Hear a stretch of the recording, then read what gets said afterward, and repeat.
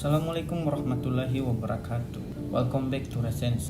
Islam merupakan agama yang memuat nilai-nilai moral adiluhung yang cinta damai. Sementara Islamisme merupakan gerakan politik yang diagamaisasikan. Islamisme tidak lain daripada gerakan politik yang mengatasnamakan agama. Politik identitas berbasis fundamentalisme agama ini merupakan musuh ciptaan baru bagi kapitalisme Amerika setelah komunisme runtuh di Uni Soviet pada tahun 1989. Bukan hanya fundamentalisme Islam, di belahan dunia lain juga sementara berkembang dan memicu friksi suatu fundamentalisme Buddha di Myanmar, fundamentalisme Hindu di India, dan Kristen di Barat.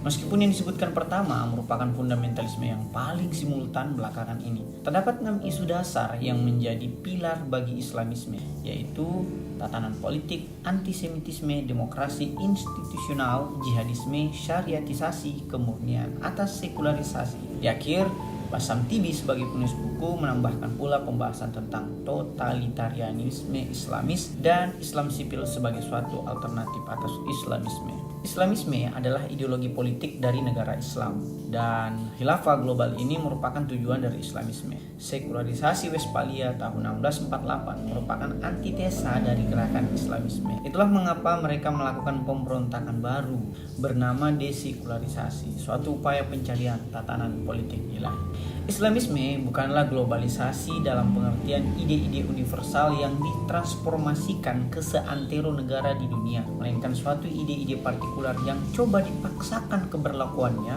ke seluruh dunia atau setidaknya ke dunia Islam.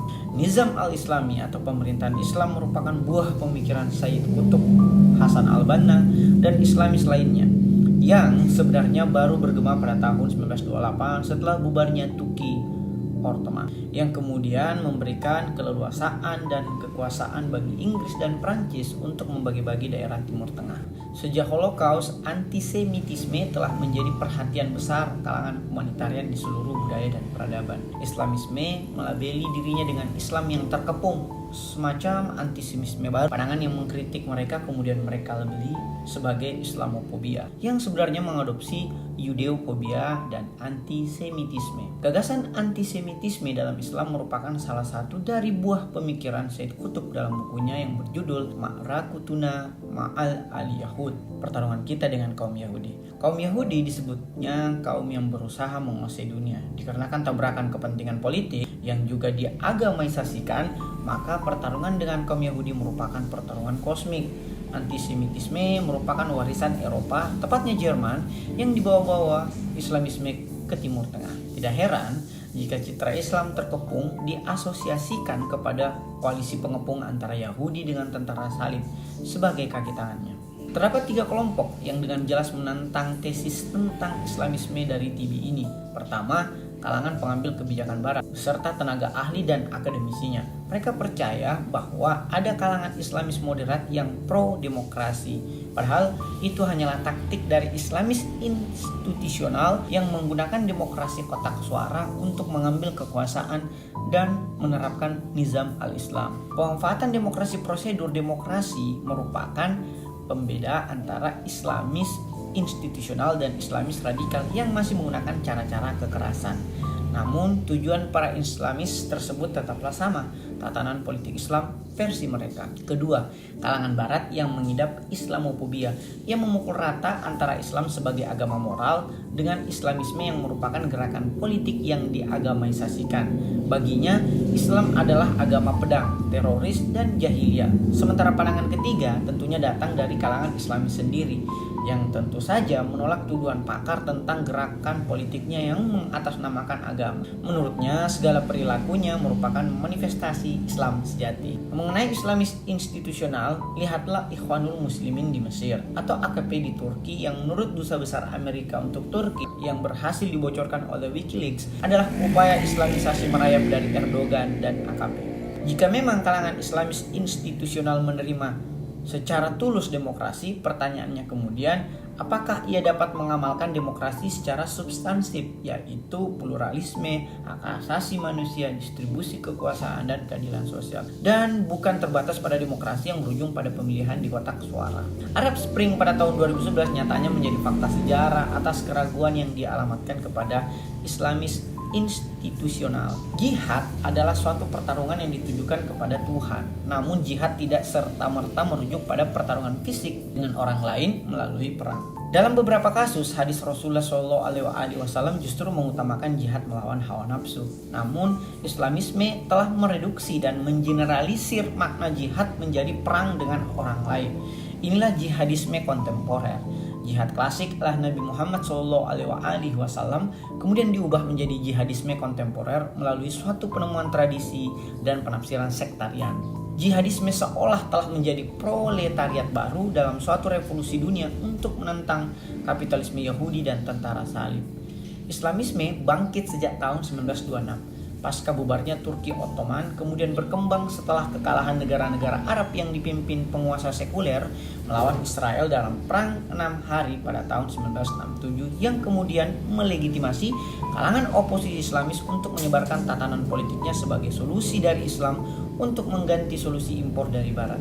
Puncaknya, Islamis menjadi ancaman besar, bukan sekedar kriminalitas geng setelah tragedi 11 September 2001 yang membuat Presiden Bush meneriakkan perang melawan terorisme Islam. Baik Barat maupun Islamis melupakan satu hal, bahwa peradaban tidaklah bertarung dalam perang, apalagi perang ireguler yang diprakarsai oleh aktor non-negara, namun para tentara dan prajurit jihadis tetap saja melakoninya. Istilah syariah hanya muncul sekali dalam Al-Quran dalam surat 45 ayat 18. Summa ja'alnaka ala syari'atin minal amri fa'ittabiha. Kemudian kami jadikan kamu berada di atas suatu syariat dari urusan itu, maka itulah syariat itu. Dalam ayat ini Al-Quran mengamanatkan pelaksanaan moral al-amr bin al-ma'ruf wa an-nahi an munkar, menyuruh kebaikan mencegah kemungkaran. Syariat merupakan legitimasi atas desekularisasi dan pencarian akan tatanan politik ilahi. Syariah Islam kemudian direduksi dan diklaim sebagai hukum konstitusi. Tidak cukup sampai justifikasi syariah sebagai legitimasi konstitusi negara Islam, syariah kemudian digeneralisir sebagai jembatan yang menghubungkan peradaban. Padahal syariah merupakan pencarian tradisi atau penafsiran terbaru kalangan Islamis yang hanya mewakili pandangan kelompoknya. Syariatisasi tatanan politik hukum negara menjadi mutlak.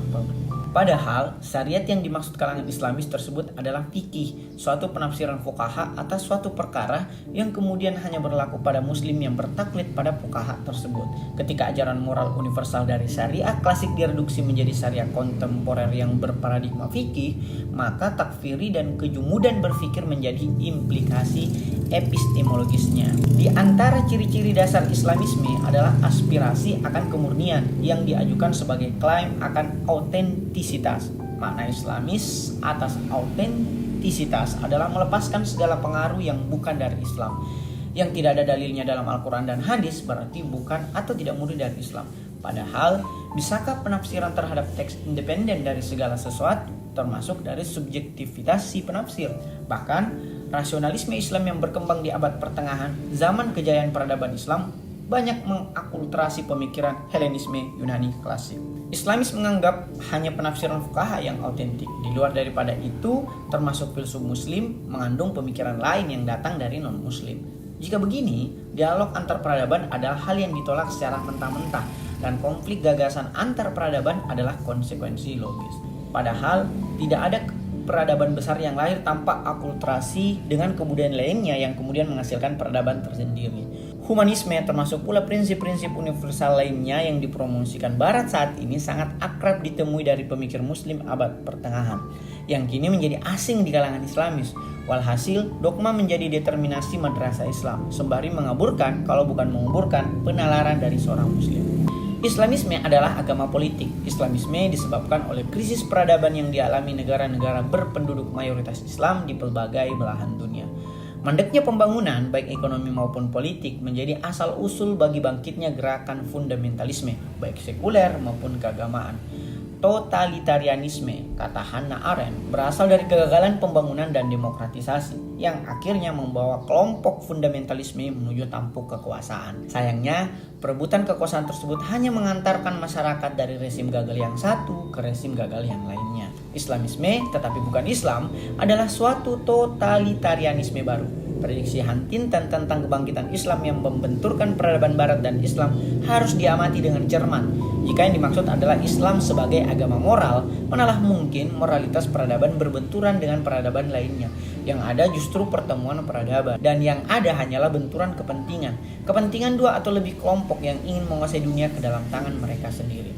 Berakhirnya sejarah seperti yang diprediksi Fukuyama pasca ambruknya komunisme Soviet dan menyisakan kapitalisme sebagai satu-satunya pilihan masih jauh dari realita, karena yang ada justru kembalinya yang suci ke dalam perpolitikan global. Walaupun yang suci yang dimaksud tidak lain adalah gerakan politik yang diagamaisasikan. Bahwa Islamisme berasal dari politisasi agama. Mereka terbagi antara Islamis institusional yang bermain dalam demokrasi kotak suara dan Islamis radikal yang masih menggunakan cara-cara kekerasan. Meskipun strategi mereka berbeda, namun kedua varian Islamis tersebut memiliki tujuan yang sama, Nizam al-Islam.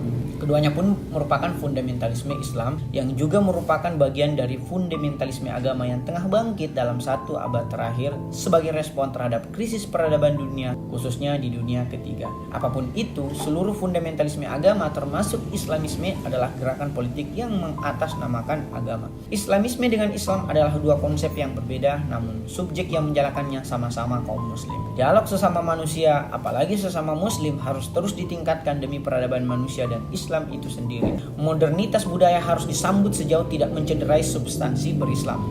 Penolakan Islamis terhadap modernitas merupakan suatu kemenduaan, karena di sisi lain mereka memanfaatkan modernitas teknologi sebagai alat untuk mencapai tujuan mereka. Memanfaatkan teknologi modern sembari menolak nilai yang mendasarinya hanya akan berujung pada kejumudan berpikir dan berkarya dari umat muslim. Sudah saatnya kita menawarkan Islam sipil atau Islam madani atau Islam yang beradab yang oleh Tibi rujuk kepada Islam yang ada di Indonesia pasca Soeharto sebagai salah satu alternatif bagi Islamisme yang tengah mengancam umat Islam dan dunia pada umumnya. Ada pertanyaan?